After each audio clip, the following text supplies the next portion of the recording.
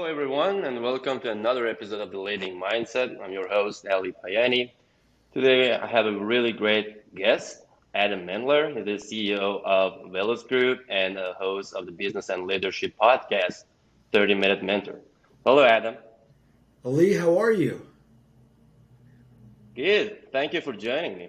Thanks for having me. Excited to be here. Sure. We're really actually excited to have you here. I was actually honored to be a judge panel at one of your class at UCLA. It was a lot of fun. So I hope that I can also participate later more. You have a Bachelor of Science in Business Administration, and then Political Science, MBA from UCLA, and then also you are teaching a graduate level, right, at the UCLA?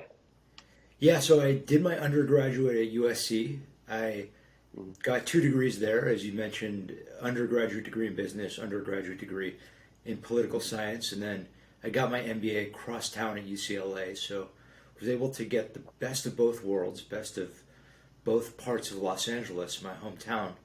And I've been back teaching, as you know, I don't know how much your listeners know, but I've been privileged to have you come in as a panelist for the class that I teach, a teamwork and leadership class in data science. And it's just been a ton of fun. I love talking about leadership to all kinds of audiences, whether it's on my podcast, whether it's the companies I speak to, or whether it's in the classroom. And the ability to share that message is so much fun, and I'm excited to share whatever I can with your audience today.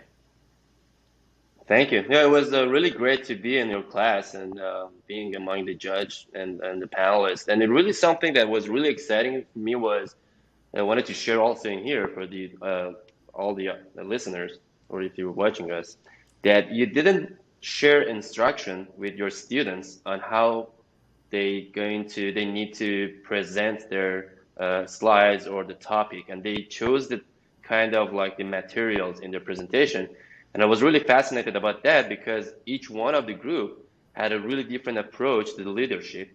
And what is your takes on that? You usually do this with your students, because that also, I would say, increase the creativity among the leaders, right?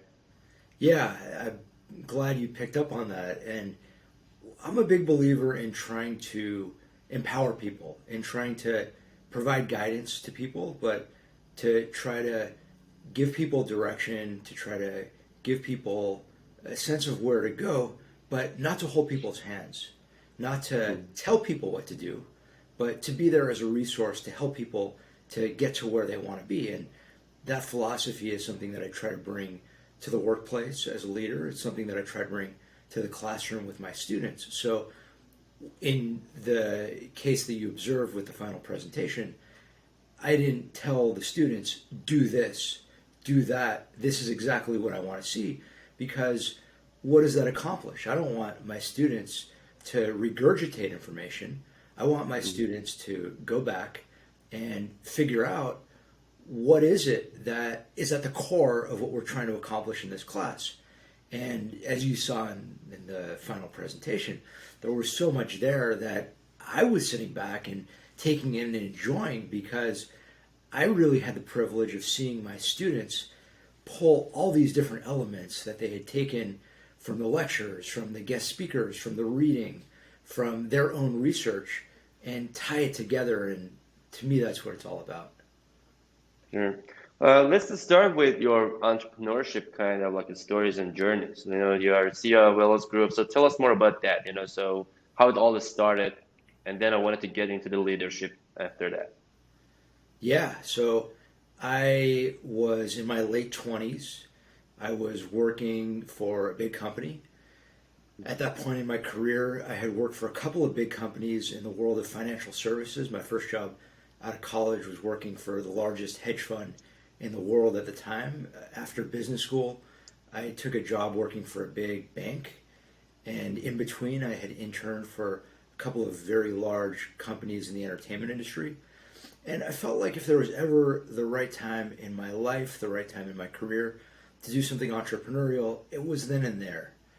I had this feeling that, obviously I was never going to get any younger. That's not rocket science observation. But my energy wasn't going to get any higher. My expenses were never going to get any lower. I was at a point in my career where, just for a variety of reasons, it made sense. More importantly, though, I really wanted to make an impact. I really wanted to do something that I felt like I wasn't necessarily doing in the corporate world, that I had the opportunity to do on my own. I had a vision for something that I wanted to do. And my brother, who's a couple years younger than me, he's way more entrepreneurial than I am. I have been an entrepreneur now for a decade or so, but my brother is really a lifelong entrepreneur. And he, was sort of driving me in a sense to work together. And he had a bunch of ideas, I had some ideas, and we said, you know what, let's work together and try to take a bunch of these ideas and turn them into businesses. And our first couple of years working together, we pushed on a ton of different ideas. We pushed on, candidly, too many ideas to even remember. I don't even know that I could recall all the different ideas that we worked on because there were so many of them.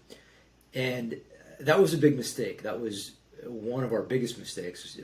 Ali, I don't know how much time we have on this podcast, but we definitely don't have enough time to go through all the mistakes that I've made. Forget about all the mistakes I've made in my life or all the mistakes that I've made in my career, but all the mistakes I've made in my entrepreneurial journey. But that was a big one. And it wasn't until about a year and a half in that we recognized that we had to really focus, that if we were running in 100 different directions, we were never going to be able to run forward. And we wound up just focusing on the two concepts that were closest to monetization. And we wound up turning those two into businesses that run today. We started a third business over the years that also runs today. So at the Veloz Group, we oversee 3 different businesses in 3 different industries. And then in addition to that, I do a lot of writing and speaking. I have the podcast on leadership. So teaching. So definitely busy, definitely engaged, but important to, no matter what you're doing, no matter how many things you're doing, stay focused on whatever it is you're trying to accomplish and achieve. So you pointed to the earliest stage of the businesses. So I remember in mine, so all those mistakes, and then you just wanted to do more. You wanted to have like the different strategies, and then you want to try a lot of like stuff all together until you get having like a really right direction. But what do you think would be a common mistakes that entrepreneur or any leaders should be look for in the maybe a year or the first 2 years of the earliest stage of their business? Is it like only financial they really need to be taken care of, or what are maybe the top 3 that they really need to focus on? Yeah, I'll give you 3. We can probably go through 30, but I'll give you 3. One of them, just to reiterate what we just spoke about, is the importance of focus. Not to get pulled in too many different directions. Remain laser focused on what your end game is, what your mission is, what your core product is. And to expand on that, I think what often happens is entrepreneurs have great vision. Successful leaders have great vision. Successful entrepreneurs have great vision. And it's very tempting to try to actualize your vision in your first swing at the plate. And what you need to do is you need to take one step at a time. You need to understand that Rome wasn't built in a day, and neither will your business. So go step by step, focus on building a viable product. Once you bring a viable product to market, focus on making that product better, and then making that product better, and then making that product better, until you ultimately have whatever it was that you envisioned that is now your product, and then focus on making that better. But focus, and keep your eyes on the prize. So that's a big one. You mentioned the importance of, we'll call it the financial component of your business. That's critical. I think all too often entrepreneurs, and I was absolutely guilty of this in the early innings of my entrepreneurial journey, entrepreneurs get swept up in the vision, get swept up in what they want to achieve, what they want to accomplish. And they lose focus of the fact that in order to stay in business, it's pretty simple. You need to have more money coming in than money going out. And if you don't have enough money in the bank account, you're not going to be around. You're going to have to go back and get a job because you're not going to be able to feed yourself. You're not going to be able to feed your employees. You're not going to be able to pay your bills. And as an entrepreneur, you have to be extremely focused on cash flow, particularly if you're an entrepreneur like I am, where you're building bootstrap businesses, where you're building the kind of businesses that aren't necessarily hockey stick type businesses, where you're not going out and raising big venture capital. We self-funded. We were really focused on building businesses that were, able to grow organically. And in that case, it's imperative to focus on cash flow, money in, money out. So that's a second one. A third one that I'll give you is just the importance of team, the importance of people, and that starts with you. Something that I tell audiences all the time is that I'm a big believer that most people in life are bad at most things. I personally am bad at too many things to list. The list is endless. We're all good at a few things, and we all have that one thing that we're great at, that we're exceptional at. It's our superpower. It's the thing that makes us unique, that makes us different, that makes us special. And as a leader, as an entrepreneur, as someone in charge of a business, as someone in charge of not only where you want to take your own life, but where you want to take the lives and the careers and the fates and destinies of others, you need to be laser focused on what it is you're good at, what it is you're great at, what it is that you don't do all that well. You need to lean into your strengths, and you need to surround yourself with people who complement your strengths. Because at the end of the day, time is a finite commodity, and you want to spend as much of your time as possible focusing on the things that you really excel at, and surrounding yourself with people who excel at the things that you don't do so well, so that you can effectively hand those things over to your teammates. And to me, those are a few things that no matter what kind of business you're building, no matter what kind of industry you're in, you can take to the bank.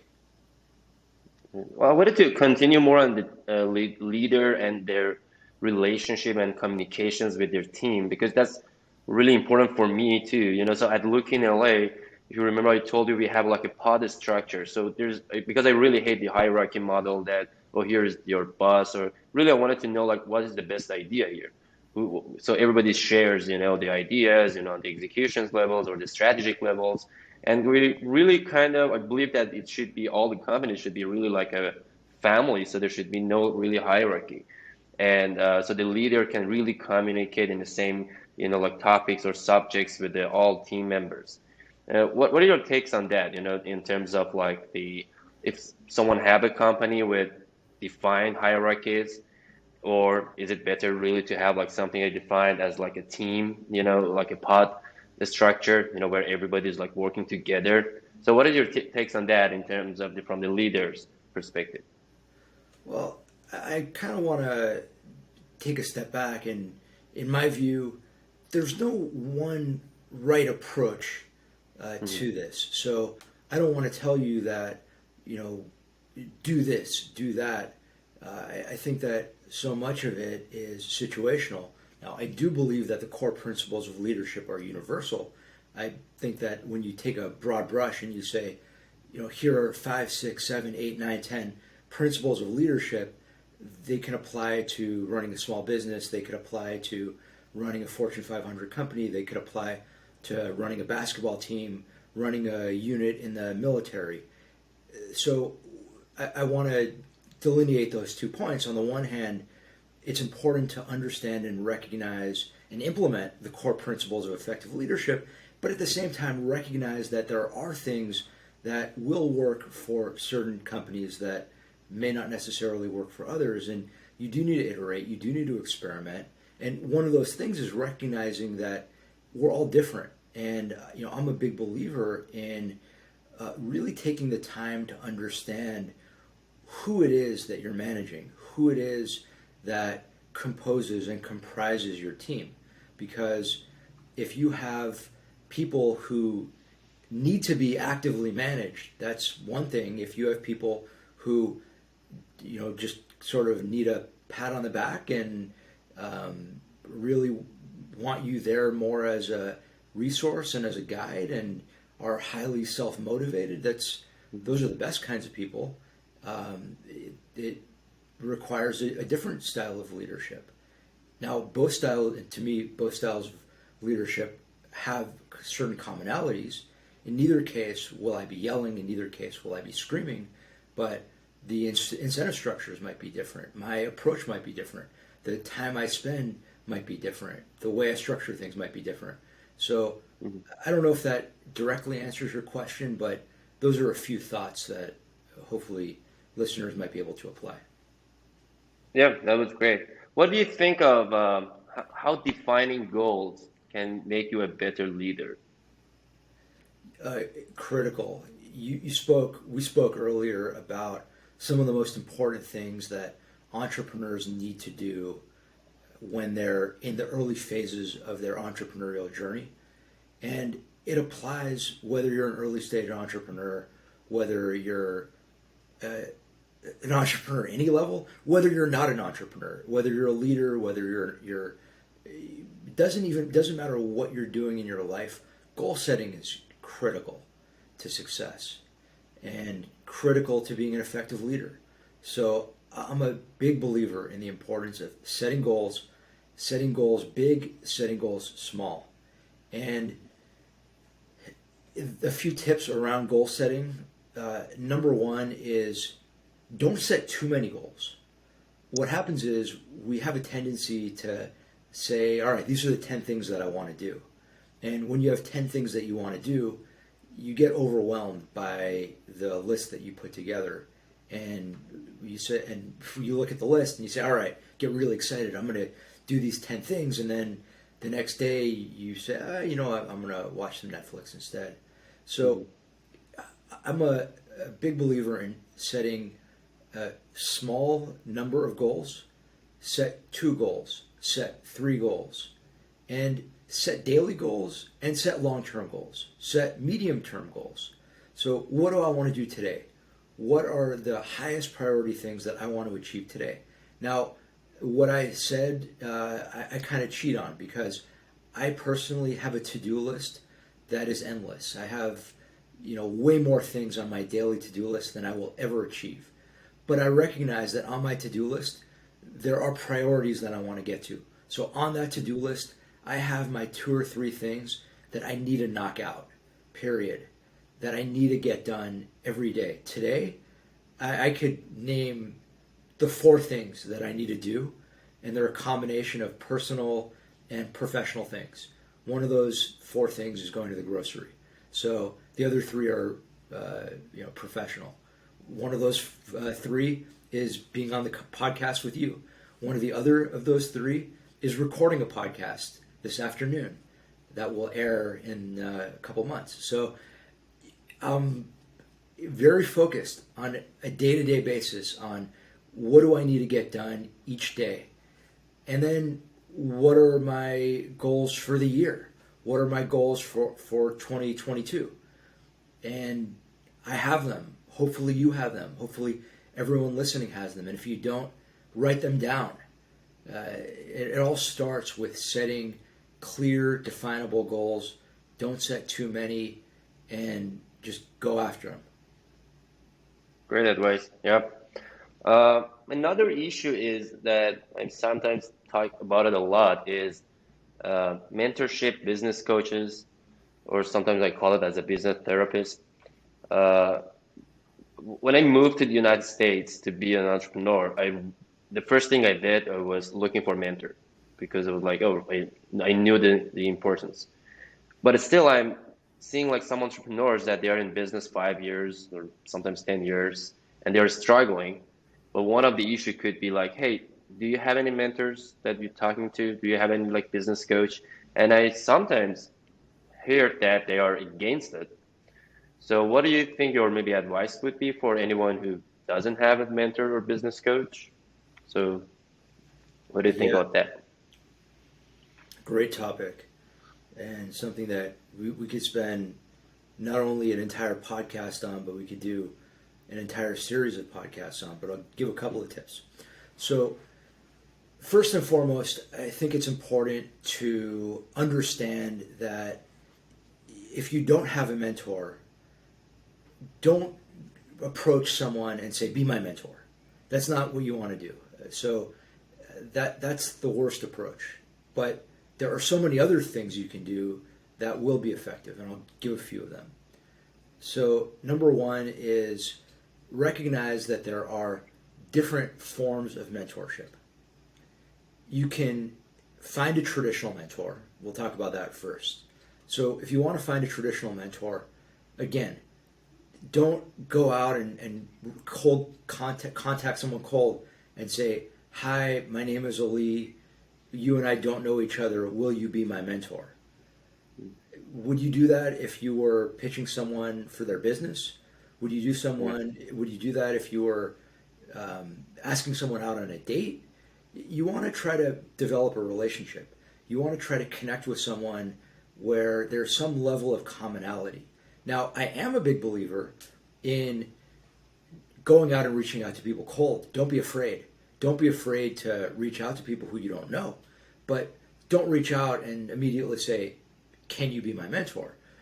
Reach out to people who you're interested in getting to know, who you have some kind of commonality with. Maybe you have a common level of interest. You mentioned people who are new to the country. Maybe you reach out to people who have a similar ethnic background, or who come from the same country as you, or who have similar hobbies, or who went to a similar university, or there's so many things you can do to just try to find that commonality. Attend the same synagogue, the same mosque, church, whatever. Just try to find a common bond, much in the way you would try to make a friend. Who would be someone that you would want to spend time with organically? I like baseball, you like baseball. I like backgammon, you like backgammon. Next thing you know, this relationship evolves organically. So if you're trying to find a mentor, two big tips. Number one is don't be afraid to reach out cold, but when you do, don't ask. Try to build an organic relationship built around a common interest. And then you don't need, now it's great to have a traditional mentor, but that's not the only way to get mentorship. So my podcast, 30-Minute Mentors, what I try to bring to listeners is the best network of mentors possible. So every week, listeners can tune in to one of the most successful people in America, Fortune 500 CEO, founder of a household name company, retired general, retired admiral, Hall of Fame athlete. The concept is that you don't even need to know your mentor to get mentorship from them. This is something that I've heard from so many of my guests on the podcast. I had a guest who I interviewed recently, and I asked him, "What's your best tip on the topic of mentorship? How can anyone find a great mentor?"